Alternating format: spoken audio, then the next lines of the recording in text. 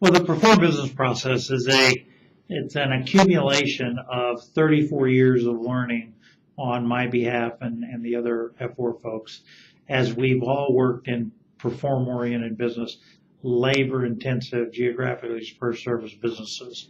So the Perform Business process is all of our learning, all the best practices of process, all of the measurement and metric and management science that goes into monitoring these businesses, all into a methodology that is generally applicable to most service businesses.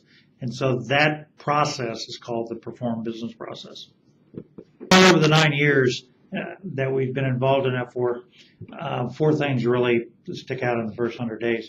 First is that the shareholders or the leaders of the companies get a different perspective of the company from an outsider's perspective, and from an outsider who is experienced in their industry, not a generalist view.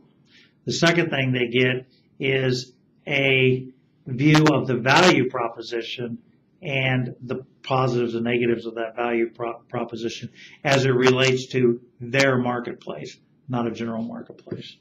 The third is the shareholders or the leader of the company get a view of what the wealth creation capabilities are in the company versus what they may have thought there to be.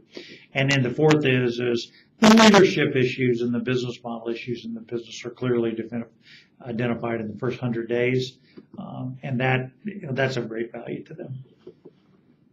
That is a methodology that when we do our diagnostics and our assessment of these service businesses, we look at the company and say, okay, we make an assumption that there's no magic bullet. There's not one thing you can do that's drastically going to change the performance of the business or its future. So therefore, we break the business down into its functional ingredients, and then we identify